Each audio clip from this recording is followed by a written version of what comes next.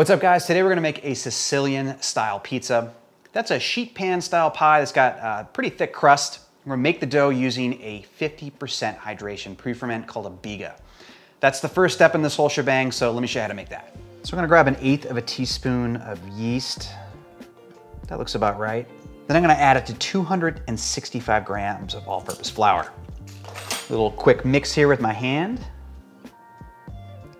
Yep, that looks pretty good. And then into a large mixing bowl, just like that. Perfect. I'm gonna add 135 grams of room temperature water. And then to start mixing this, I'm gonna use a fork just to get it going. And once I have a little bit of this water incorporated into the flour, I'll just kind of switch over to my hands. This looks good. Just like this. So I'm not trying to incorporate all of this water into the flour. This Biga is gonna be really shaggy looking. We're not trying to knead this dough at all. There might even be some extra flour left over in the bowl, and that's totally fine, okay? All right, this is done. And this is what you're looking for, okay? Something like this. I'm gonna grab a container here with a lid, okay? And then I'm just gonna transfer this Biga into the container. Grab this stuff here, good. Slap a lid back on it. Now I'm gonna let the Biga sit at room temp for about 15 hours. And timeline-wise, make the Biga the evening before you plan on baking pizza. Then it's ready to go to make your final dough late morning, early afternoon, okay? All right, we're magically into day 2 of making our pizza. And that's what the Biga looks like when it is ready to go. You can see that any loose flour has been absorbed and the Biga is kind of puffed up a little bit, okay? So I'm gonna add this to the mixing bowl. Just kind of pull it out and drop it in your bowl. So I'm gonna add 185 grams of room temp water along with 15 grams of sea salt, just like that. I'm gonna add 215 grams of all-purpose flour and another 1/8 of a teaspoon of instant yeast. There we go. Now let's get the bowl on the mixer. Grab my dough hook, get that secure. Now I'm gonna let this mix on medium-high speed for a solid 10 minutes. That's gonna give the mixer the opportunity to kind of beat up the dough and really activate that gluten. You'll know the dough is ready when it's nice and smooth, okay?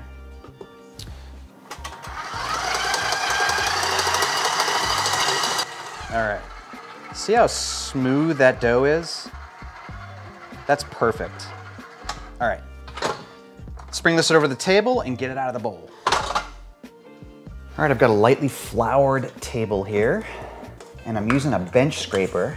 These things work wonders, so pick one up if you can.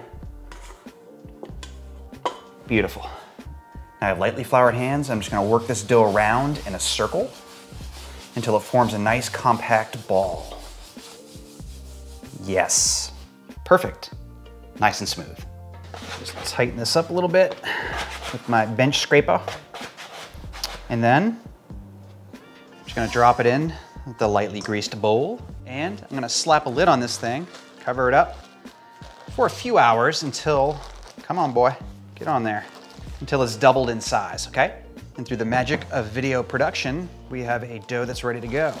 Looks a little more Jupiter than Saturn, but this will work out just fine. Dough looks great, yeah, nice. So I've got a 14 by 14 square pan here. You can also use a sheet pan, a rectangular sheet pan. I'm just gonna drizzle a little bit of olive oil, maybe a 1/4 cup.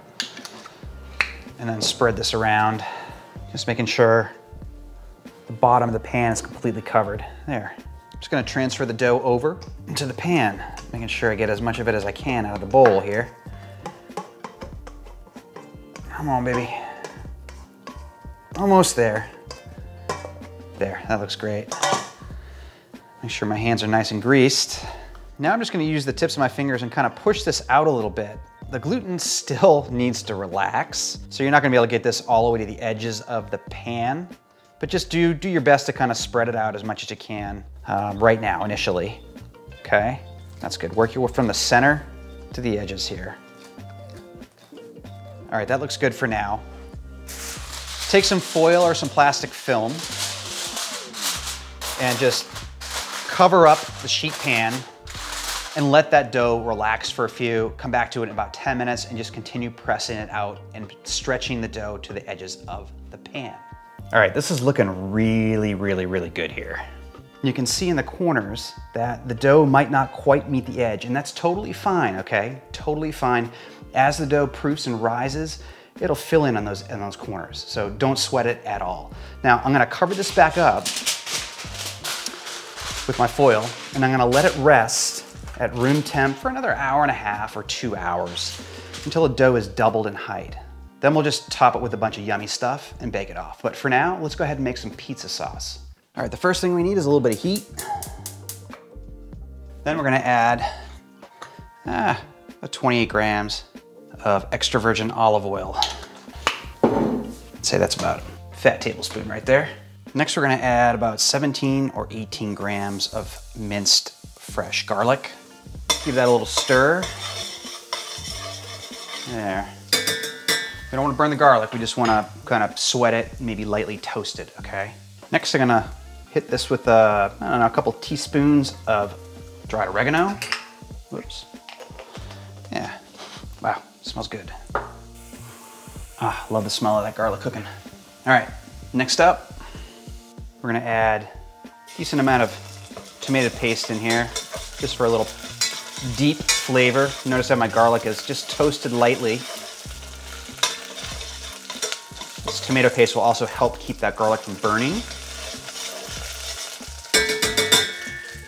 And now we're gonna go in with 794 grams of crushed San Marzano tomatoes. Give this a quick stir here just to incorporate everything. I'm gonna season the sauce with about 7 or 8 grams of fine sea salt. That's about a teaspoon. All right, let's give it one more stir just to incorporate all those ingredients. That looks good. Cook the sauce for about 45 minutes to an hour. Let those ingredients cook and mingle together, and it'll be ready to go. I'm gonna put a lid on this just to reduce any splatter, and we'll step away and let it do its thing. All right, it's been an hour, and the sauce has thickened up nicely. Wow, that looks great. Cool, so I'm gonna kill the heat, slide it on the back burner here, and let it cool off until we're ready to top our pizza. All right, guys, let's take a look at our dough. I think we're ready to go here. Yes, so this dough here has doubled in height. For the most part, there's some areas that are a little lower than others. Maybe I didn't do a great job of making sure the dough is completely even all the way around the pan. I don't know. It's gonna turn out great though, I know it is. So the next step here is I'm gonna add some cheese and then some sauce and then our toppings. I'm gonna start with some mozzarella, some full fat, low moisture mozzarella. I'm using deli sliced mozzarella here. At my store, they call it sandwich thickness. So it's about a pound and there's 16 slices. So I'm just gonna lay them out, overlap them slightly. Should get about 4 across. And we're going edge to edge, all the way to the edge of the pizza. Again, slightly overlapping. 4 across, 4 down. Nice, this is looking great. You can probably hear my convection oven thumping away in the background there. Sorry about the additional noise, but I need my oven nice and hot, nice and hot. There, beautiful. So now we need to hit this pizza with some sauce. Here's what I made earlier, and I'm just gonna be kind of fast and loose with the application, all right? The theory of cheese before sauce has to do with keeping the crust from getting soggy from the sauce. So you'll see it a lot in pan style applications. Push it around a little bit. Again, doesn't need to be perfect by any means. Yeah, that looks good, fantastic. I'm gonna go for a meat lover's pie here today. I've got some pepperoni that I've sliced, and I'm just gonna go ahead and just litter this all over the top of the pie. Not gonna be shy here. I'm gonna go full on the meat. All right, that looks pretty good. Now I've got some sweet Italian sausage that I've cooked off. Just gonna sprinkle that around. A plethora of meat here. And then after this, I've got some ham, some sliced ham I've chopped up. Make sure I get it all the way around the edge here. All right. Now, I'm gonna finish this pizza up with some freshly grated Parmesan cheese. You can be pretty liberal with this. I'd say, I don't know, I'm probably throwing 1/3 of a cup on there, something like that. Yeah, that looks great. Perfecto. Now I've got my oven preheated to 450 degrees. It's convection, so if you're using a conventional oven, set it at 475. I'm gonna bake in the middle rack for about 20 minutes.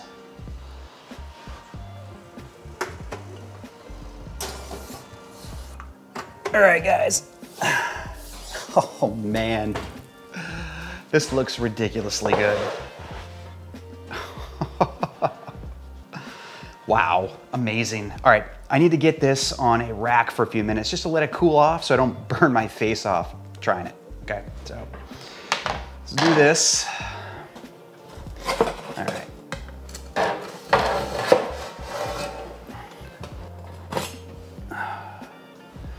Yeah, it looks great.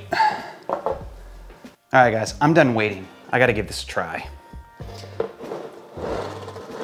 Yeah. So I wanna cut this into 9 pieces. So I'm just gonna go 9 equal pieces. Oh yeah. Been sitting for 5 minutes and it's still got a really crispy crust on the bottom. You switch hands here. I'm not that ambidextrous with the knife, but okay. Moment of truth.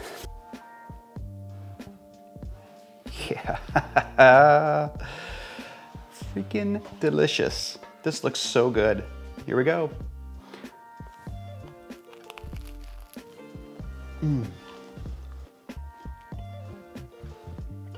Oh yeah. Oh my God, that's so good. It's got a nice crust on the bottom, but yet the dough on the inside is super light and airy. It's so cool. It's wonderful. Flavors, it's all coming together. It's a true meat lover's pizza. I can't believe how crispy the crust is on the bottom, even after the pizza's rested. Anyways, guys, if you haven't subscribed yet, consider subscribing if you liked the video, of course. Check out some of my other pizza making videos. Leave a comment below. Tell me what you think. Does this look good to you? Let me know. I'll catch you next time.